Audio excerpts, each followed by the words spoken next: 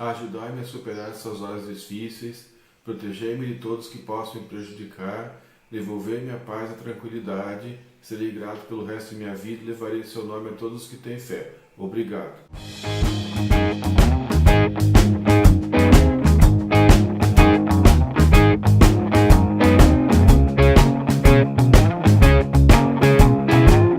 Oi pessoal, bem-vindos a mais um vídeo do canal História Recente. Depois de um longo e tenebroso inverno, e bota tenebroso e bota inverno nisso, né? Nós estamos de volta com vídeos que tentam fazer a articulação entre a história e as coisas que estão acontecendo na atualidade. Hoje nós vamos falar um pouquinho mais sobre violência política e alguns exemplos na história, e que tem a ver com a situação que nós estamos vivendo no Brasil hoje em dia.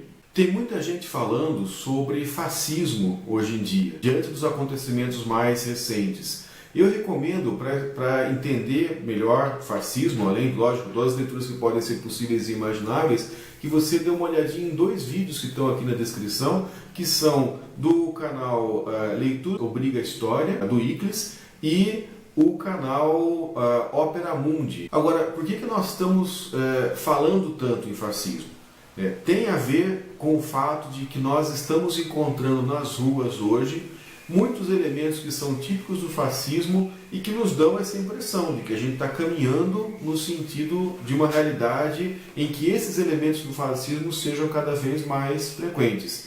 Não dá para saber se é isso mesmo que está acontecendo ou se é isso mesmo que vai acontecer, mas a percepção desses elementos é até bastante importante para que a gente possa, como país, como coletividade, prevenir esse movimento.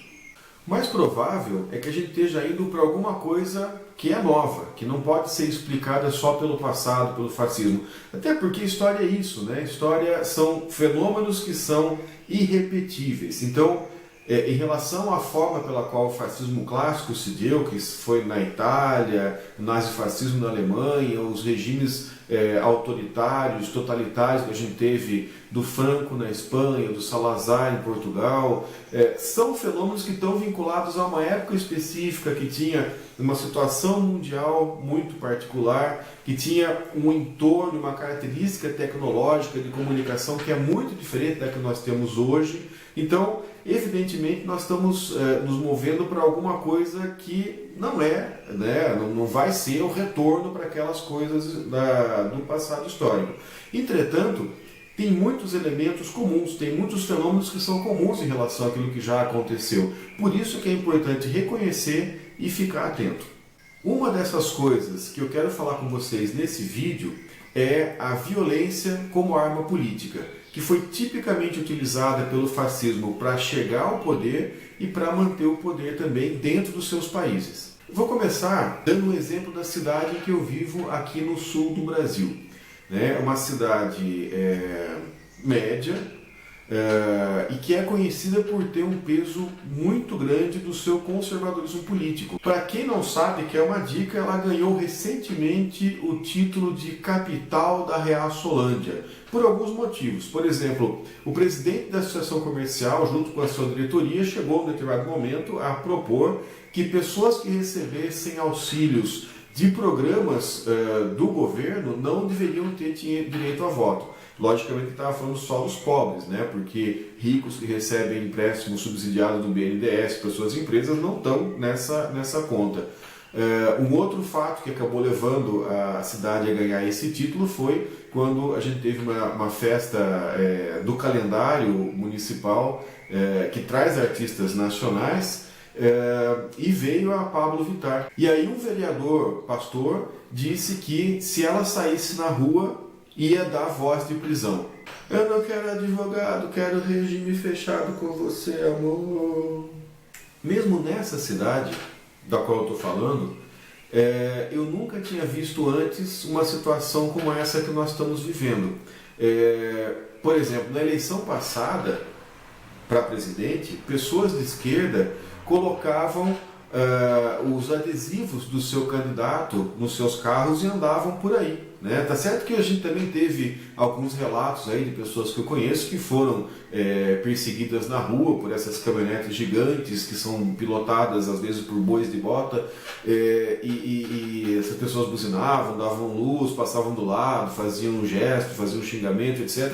Mas as pessoas que pensavam, né, à esquerda, ou que tinham uma outra forma de pensamento que não a conservadora, andavam com liberdade com os seus adesivos no carro.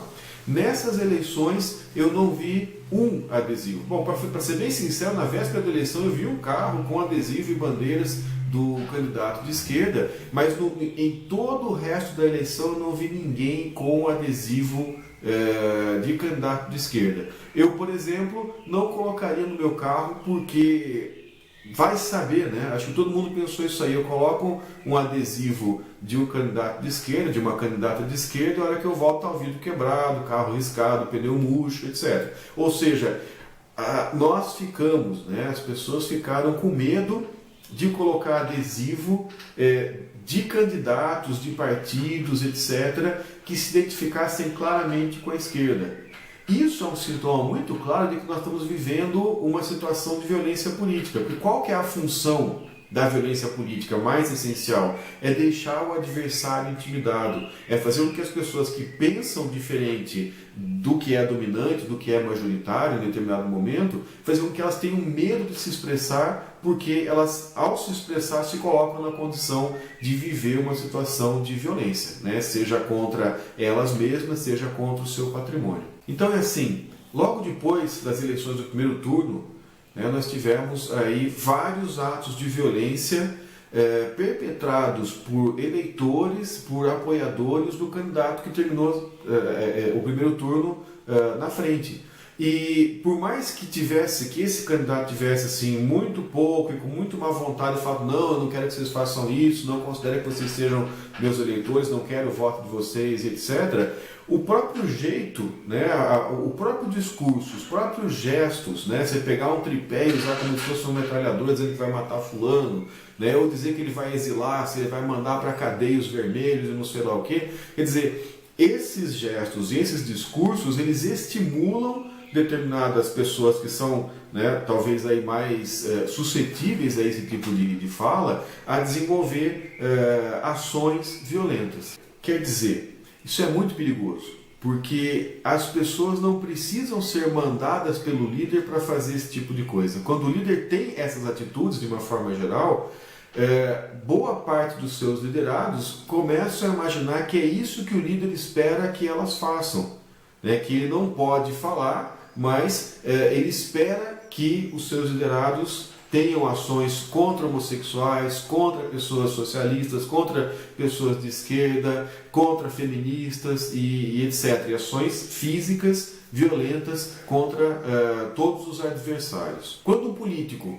não combate fortemente esse tipo de coisa entre os seus comandados, evidentemente ele está utilizando a violência como arma política para amedrontar e para calar a oposição e para tentar calar os seus adversários. A intenção, logicamente, é intimidar a oposição, evitar que ela se organize, evitar que ela se reúne, que ela desenvolva ações que efetivamente questionem, né, que fiscalizem, que coloquem contra a parede o governo que está eleito. De certa forma, isso é a continuação da política através da guerra, né? Para a gente utilizar aquela máxima do Clausewitz que dizia que a guerra é a continuação da política por outros meios, e nós podemos dizer, portanto, parafraseando aí, que a violência política é a continuação da política através de uma forma de guerra, só que é uma guerra de baixa intensidade, não para quem é atingido pela violência, né?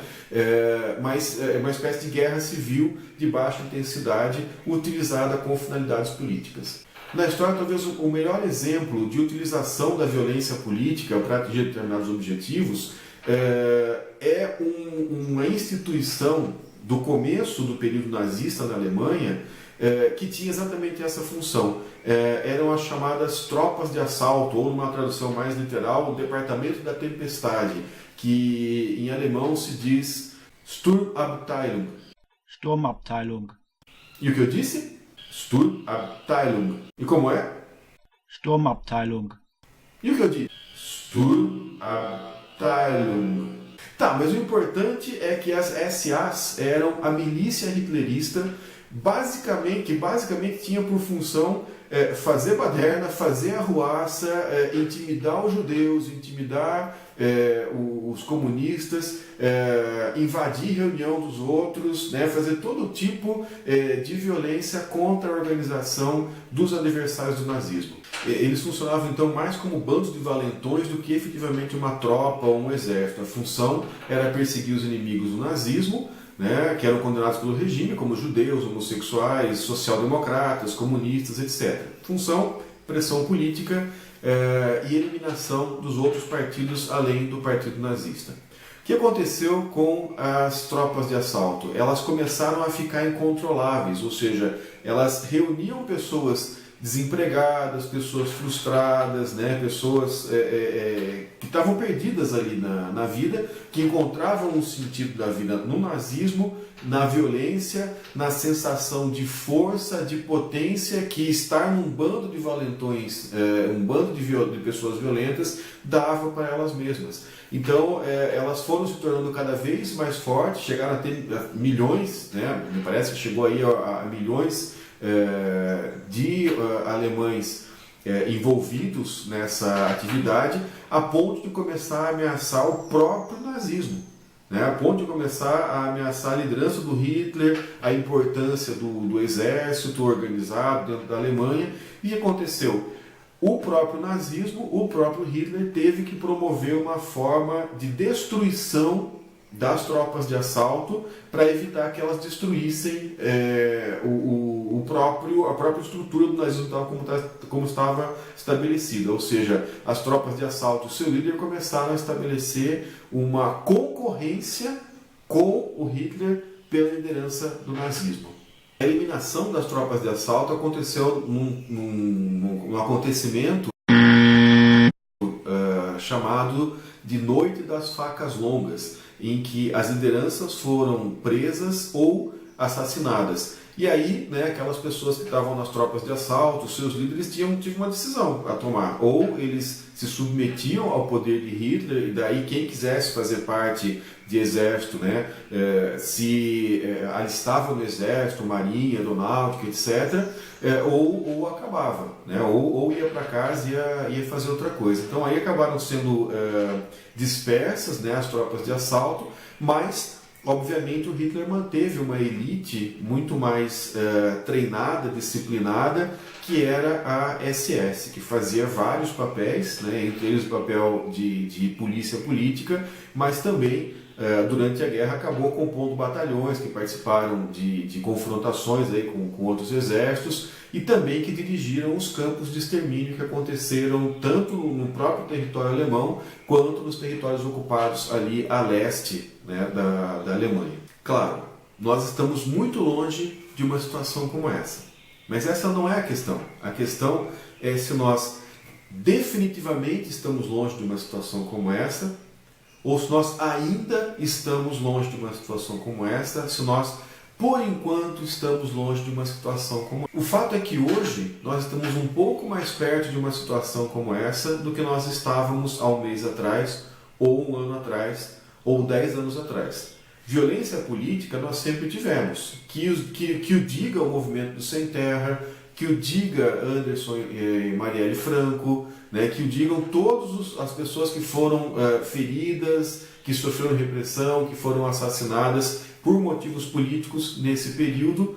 A ampla, gigante, retumbante maioria de pessoas de esquerda, mas efetivamente nós temos aí um aprofundamento desse quadro da violência política que nós esperamos que não prospere, que não é o caminho para resolver coisa nenhuma e muito menos reagir a isso, né? Muito menos entrar em confrontação com essa baderna pode ser resultado de alguma coisa ou benefício de alguma forma. Se você estiver vendo esse vídeo em 2098, depois do meteoro, eu estou falando em 2018.